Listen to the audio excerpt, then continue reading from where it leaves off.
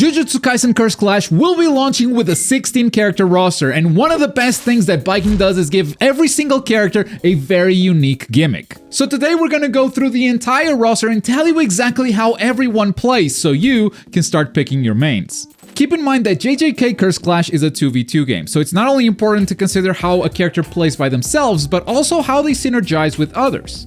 But with that said, let's kick things off with the protagonist, Itadori Yuji. This will be an easy to learn and pick up character. He's a melee specialist who just wants to get in close and deal damage. His curse meter bar is smaller than most characters, which might sound like a bad thing, but that means that he reaches that level 3 faster than most. And a level 3 curse meter allows him to unleash a devastating black flash attack whenever he hits the curse technique button, or even his ultimate. His biggest downside might just be the lack of ranged attacks, so maybe that's something he'll be looking to make up for with his teammates. Next up, Megumi, who can summon a Shikigami to fight by his side. From the very start of the match, he can summon the owl, or he can summon the wolf starting on level 2 cursed energy. You can find an icon for each one of them right next to Megumi's portrait. Summoning the Shikigami is free, but they will start slowly draining your cursed meter once they are out. And you can also spend a good chunk of cursed meter when you use them for certain attacks. There is one more Shikigami, which is the frog, and that is just a part of his normal moveset, so the frog doesn't really follow the same rules that the other ones do. However, a really cool thing about Megumi is how his entire moveset changes depending on the creature you've summoned. Meaning that his moveset with the owl is gonna be different from his moveset with the wolf. That makes Megumi an extremely versatile character and potentially really hard to master. His ultimate is a domain expansion, but unfortunately it's just an attack animation. You cannot actually play inside his domain. Nobara is the first ranged character we're looking at today. Her basic string of attacks attaches a nail to the opponent. You can see the nail icon next to their health bar, and at any point afterwards, she can detonate it by snapping her fingers. She can do this right away, or she can stack up to 3 nails, dealing even more damage whenever she wants. She also has her voodoo dolls, which are similar but stronger. The downside to the voodoo dolls is that Nobara must be in melee range to apply these, but 3 voodoo dolls stacked up deal a ton of damage once she activates the curse. And the best part is, once you activate it, only one of those dolls is consumed, so she can still do it 2 more times. It's really strong, but again, Nobara needs to be in the melee range to apply the voodoo, which is not where she normally wants to be. The all-powerful Gojo has an interesting playstyle in this game. He can play close or long range as the strongest sorcerer. He doesn't really care where the battle takes him. But to unleash his strongest attacks, he needs to charge them up for a while. So if he's shooting off the red, he'll first charge it up and then unleash it. And if you attack him while he's charging it up, he can be interrupted. So if you're playing against Gojo, make sure you don't let him just do whatever he wants, especially at a higher curse level where he becomes able to unleash purple. And purple deals massive amounts of damage. Now, interrupting Gojo sounds easy if you're looking out for it. However, he has something that might get in the way of doing that, as he can spend his own curse meter to gain invincibility. The meter on the left of the portrait shows you exactly how many hits of invincibility Gojo has stacked up, and that will allow Gojo to unleash his most powerful attacks without you being able to interrupt them at all. At this point, I would guess dodging is your best option. At maximum level, Gojo can also unleash his own domain expansion, which will freeze every player for a very short time, including his own ally, and this will give Gojo a free devastating hit on whoever he wants to attack. The King of Curses, Sukuna, will also be playable, and just like Gojo, he can handle himself from melee to long range. But if you're on his team, you might want to watch out too, as Sukuna's attacks will hit everyone. His enemies, his allies, everyone is a target.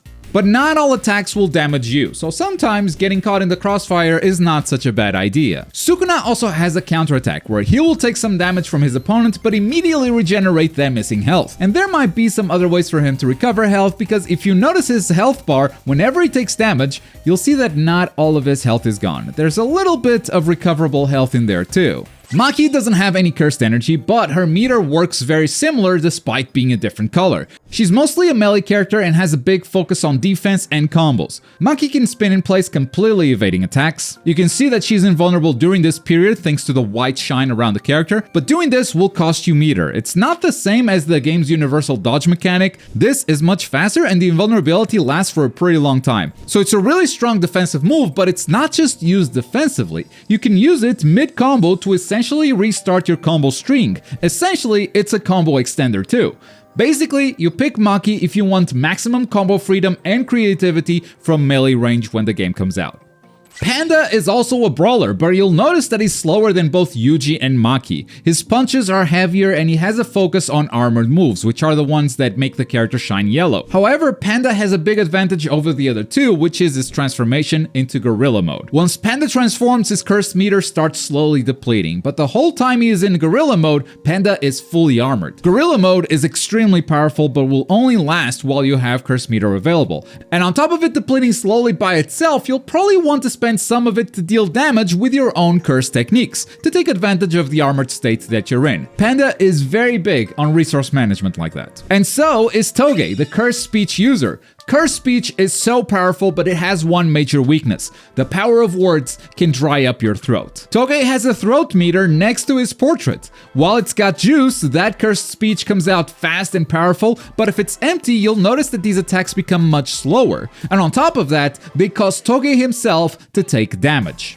This happens because his throat is dry. He's hurting himself with cursed speech, but that's when you should take a break and drink your own medicine, which refills your throat meter again. Toge also has some melee attacks to build up his own cursed meter, so if your throat meter is empty, not all is lost. But if you want to deal the big damage, you want to keep that meter full. Todo is another melee character, but this one can jump into the close range faster than anyone else thanks to his technique, the Boogie Woogie.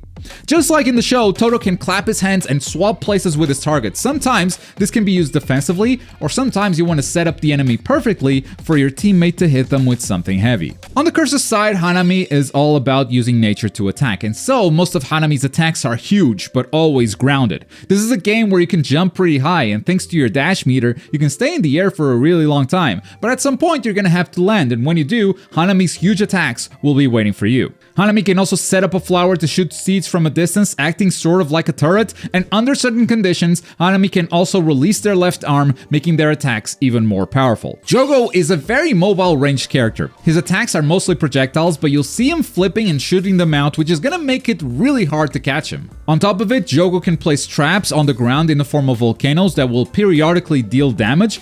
And last but not least, he has a true domain expansion. Once his meter is full, he can change the entire stage, making it his own domain, greatly enhancing his own curse techniques for as long as the domain lasts. Mahito brings his own idol transfiguration ability into the game in several different ways. First of all, he's able to deal damage with his normal attacks, which also build curse meter. Usually in this game, you have to choose whether you want to build curse meter with normal attacks or use curse techniques to deal damage. But in Mahito's case, his normal attacks will also deal a little bit of damage, which means he can get ahead while building his own curse meter. And secondly, he can deploy transfigured humans. You can see how many he has at his disposal next to his portrait. He gets more as his curse level goes up. You can order these transfigured humans to attack, and if one of them is already out, you can even use them as a combo finisher, dealing big damage to the opponent. Also, Mahito has a true domain expansion which is very similar to Jogo's, enhancing his own abilities, including the damage he deals with his normal attacks. Eso plays along with his brother Kechizu, and they're sort of a duo, a two-in-one character. Eso is the main and his normal attacks are melee range, but his curse technique includes some very long range moves that can apply rot to their target. This rot can build up sort of like poison and deal damage over time. Along with that, Eso can freely control Kechizu, sending him over to attack or retreat as he pleases, and Kechizu himself can also be the one to apply the debuff. If this rot debuff fills up that bar underneath your health, the damage over time is actually very significant, and on top of that, Eso can choose to end it early for a bigger burst of damage. Nanami has two big gimmicks in this game, the 7:3 ratio and overtime. Starting with the ratio, in this game it is represented by timing. Whenever you unleash Nanami's curse technique, you will see this meter pop up. When it lines up with the other meter, you need to press the button again to get a critical attack. The damage difference is actually very significant if you hit it with the right timing. And that's something you'll have to do during the entire match, but towards the end, Nanami will also get stronger passively. When there's only 1 minute remaining in the game, Nanami's overtime will kick in and he'll start generating cursed meter like crazy. If you're gonna defeat an Nanami player, I recommend you do it fast. Yuta is literally built like a carry. Yuta will get stronger as his own ally takes damage. Since this is a 2v2 game, it would probably be smart to focus down Yuta before taking care of whoever his ally is. Otherwise, you might be dealing with a superpowered Yuta down the line. On top of it, Rika can actually manifest herself under certain conditions and assist Yuta in his basic combos, essentially doubling his number of hits, making the character much stronger. And to wrap things up, we have Geto. Much like the show, Geto will use cursed spirits to attack. Some of them are quick attacks like these centipedes, and others require a bit more time to set up, like this special grade curse dropping a pillar of light on you. But even though he uses curses to fight, Geto is not a long-range fighter. He's more of a mid-range, and you might be surprised to learn that he's also very good at the close range, as he's a skilled melee fighter in his own right. And that's the full Jujutsu Kaisen Cursed Clash launch roster. Who is gonna be your first main? I bet a lot of you have made up your minds already, so let me know who it is in the comments down below. And if you want to know more about Jujutsu Kaisen, check out this gameplay breakdown, including some full matches, so you can see what the game looks and feels like. Thank you so much for watching. Bye.